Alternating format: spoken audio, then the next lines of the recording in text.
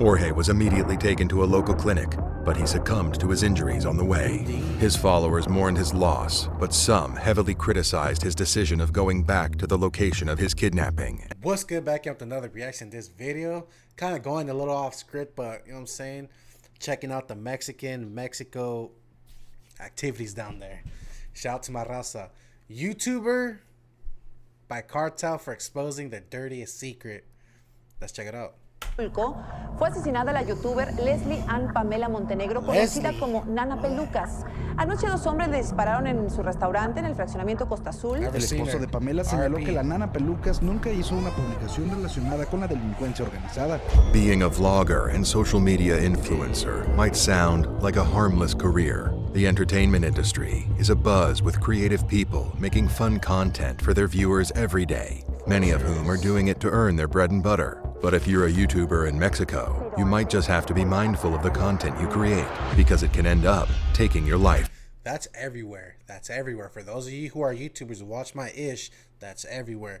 Be careful who you speak on. Be careful what you say. Be careful whatever, because if you're talking about someone who's bigger than you, trying to discredit them in any way, shape, or form, and they feel some type of way, best believe they're going to find out where you're at. If they're, you know what I'm saying, if they want to take it that far.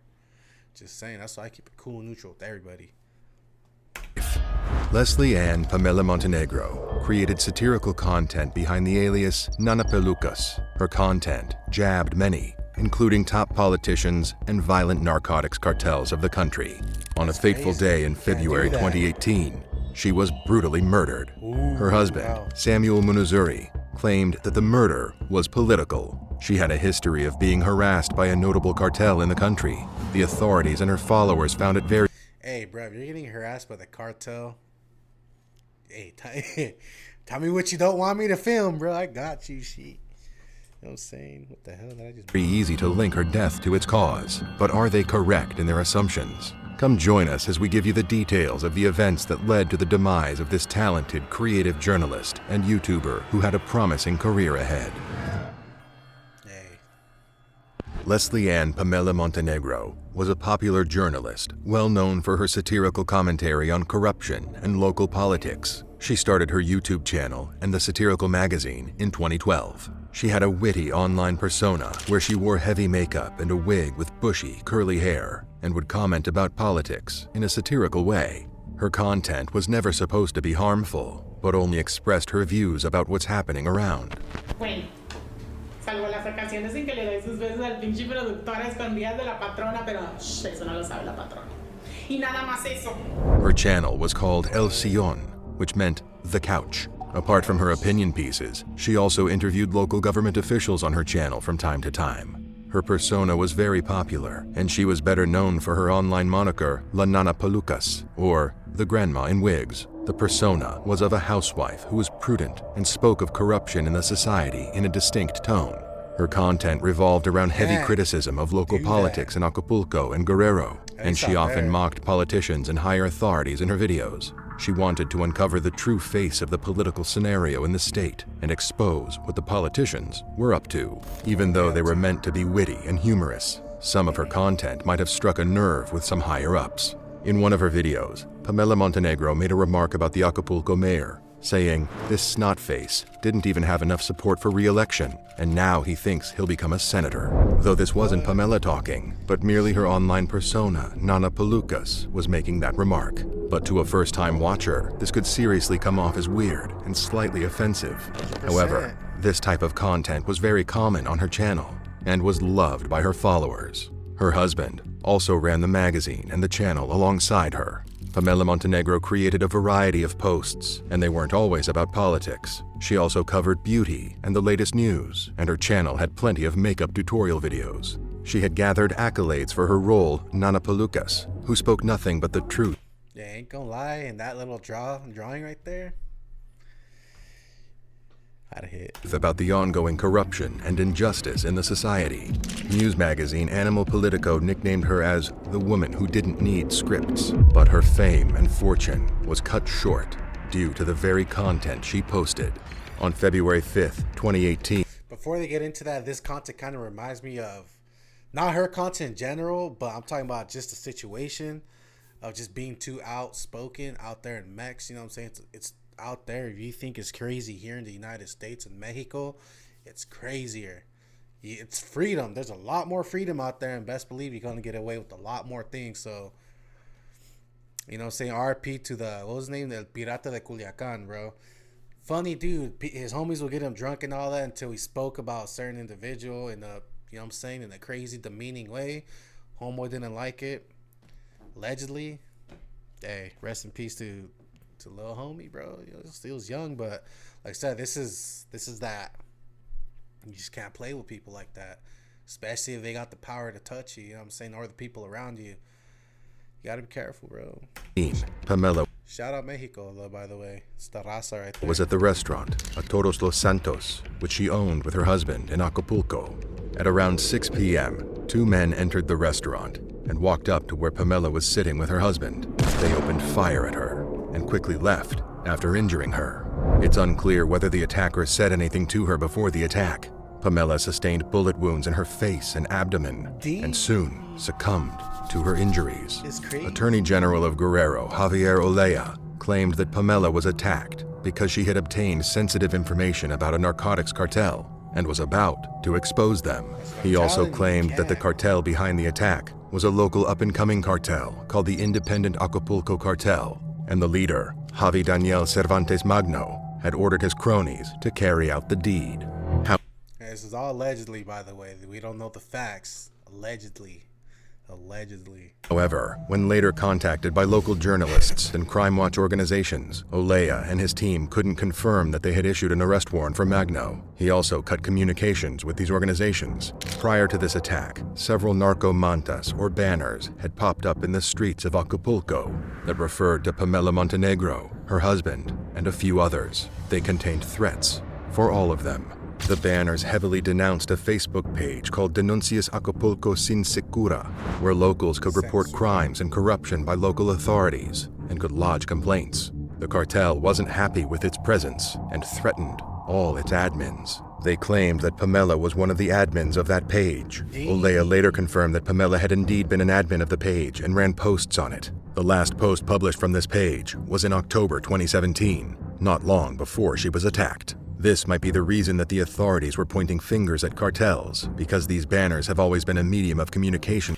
That's another thing. People feel so safe behind their phone, their computer, just being behind the internet. I'm telling you, bro, if someone has the power to know, you know what I'm saying, even knows where you stay and whatnot, that's one up on you. You never know when, where, how, or where it could hit you, if they want to get out there and get you, but the internet's dangerous is what I'm trying to say. So for these gangs, especially when they want to send a message or a warning to the locals and authorities.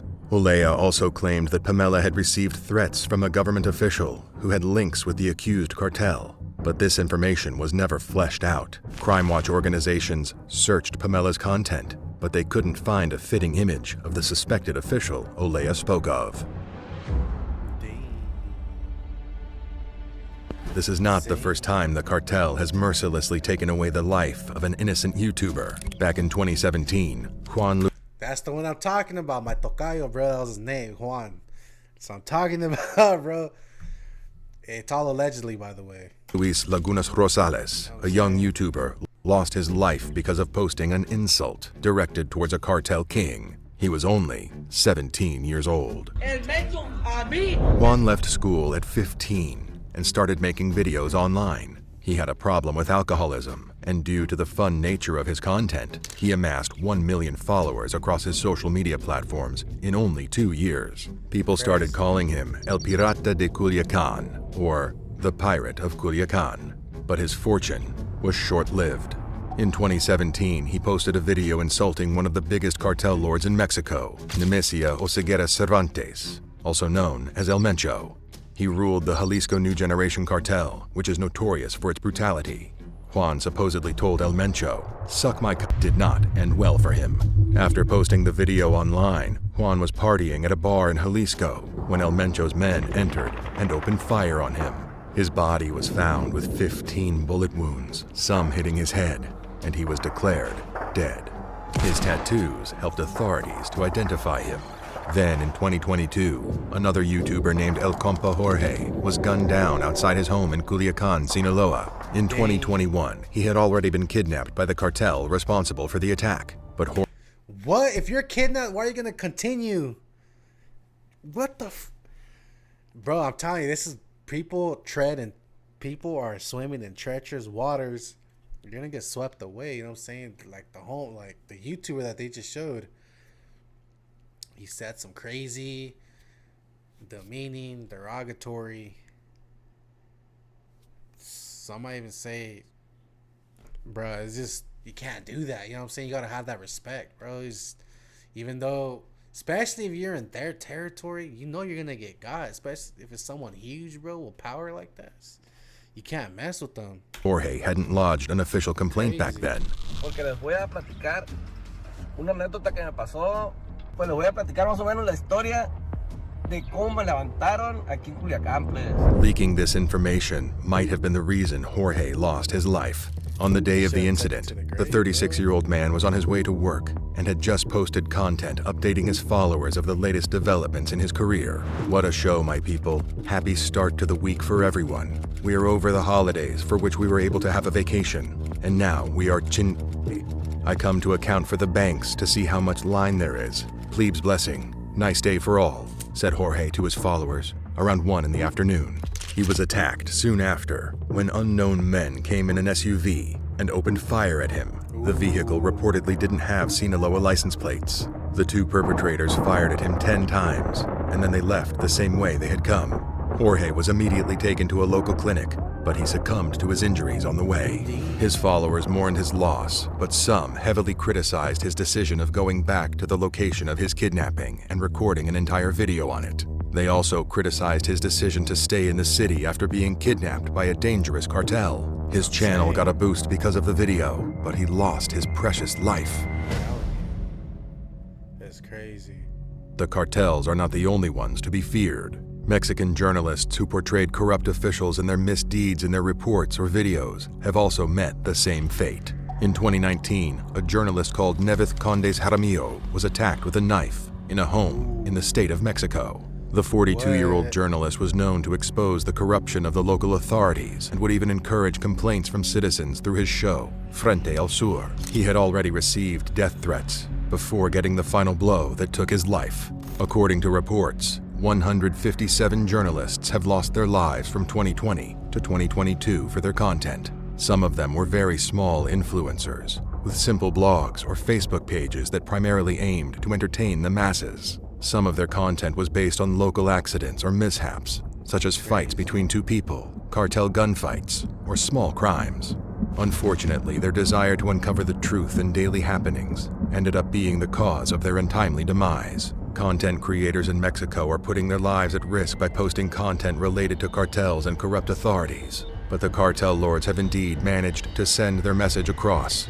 If you want to live, don't make content on us.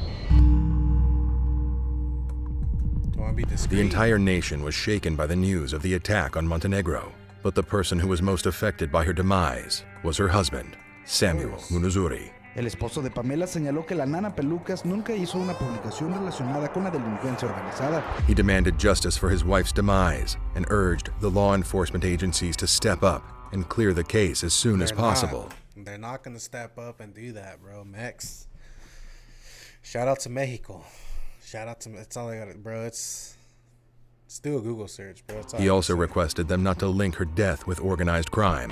Guerrero, el esposo de Pamela Montenegro, la bloguera conocida como Nana Pelucas, quien fue asesinada hace unos días en Acapulco, exigió justicia y pidió a la fiscalía que se deslinde del caso de cualquier vínculo con la delincuencia organizada. He was visibly confused by the claims of the Attorney General and told the media that his wife never published or intended to publish any sensitive information about the cartel in any of her content. All of her posts were political satire and were never about organized crime or criminals, so he believed that the attorney's claims were baseless. He also expressed his suspicion that his beloved wife's murder could have been politically motivated and was a hate crime. The Attorney General is exercising gender violence because he is criminalizing her.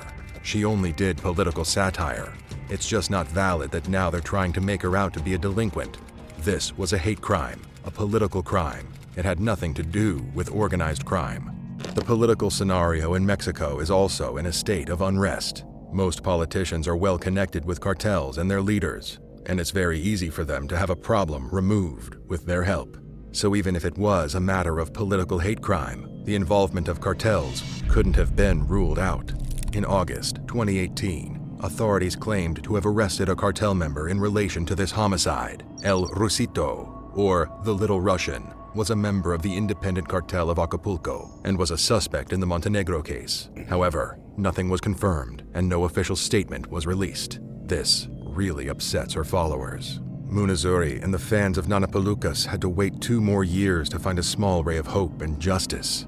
Even if the wait was long, it was worth it. In August 2020, law enforcement authorities arrested a cartel lieutenant who belonged to the independent cartel of Acapulco. He was identified as Edgar Sal, or El Negro Pipa, and was second in command within the cartel. The authorities had also arrested another leader of the cartel, Jose Angel.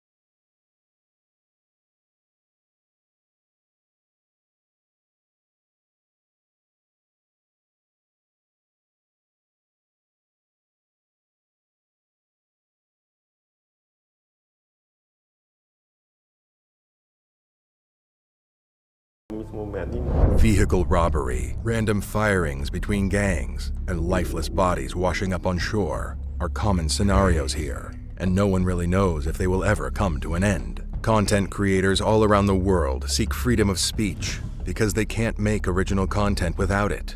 Journalists must strive to uncover the truth, to bring justice to the world. Without freedom of speech, journalism will lose its true essence. Well, I'm gonna go ahead and end it there. What's this? But where corruption and crime... Oh, there's all the ones that... Yeah, I'm gonna go ahead and end it there. Hey, let me know what y'all think about this one. This is crazy. Again, there's no solid proof, no solid evidence. It's all alleged. Let me know what y'all think about this in the comments below. RIP to all those people who passed away. Sucks. Hey. Catch you on the next one. We out.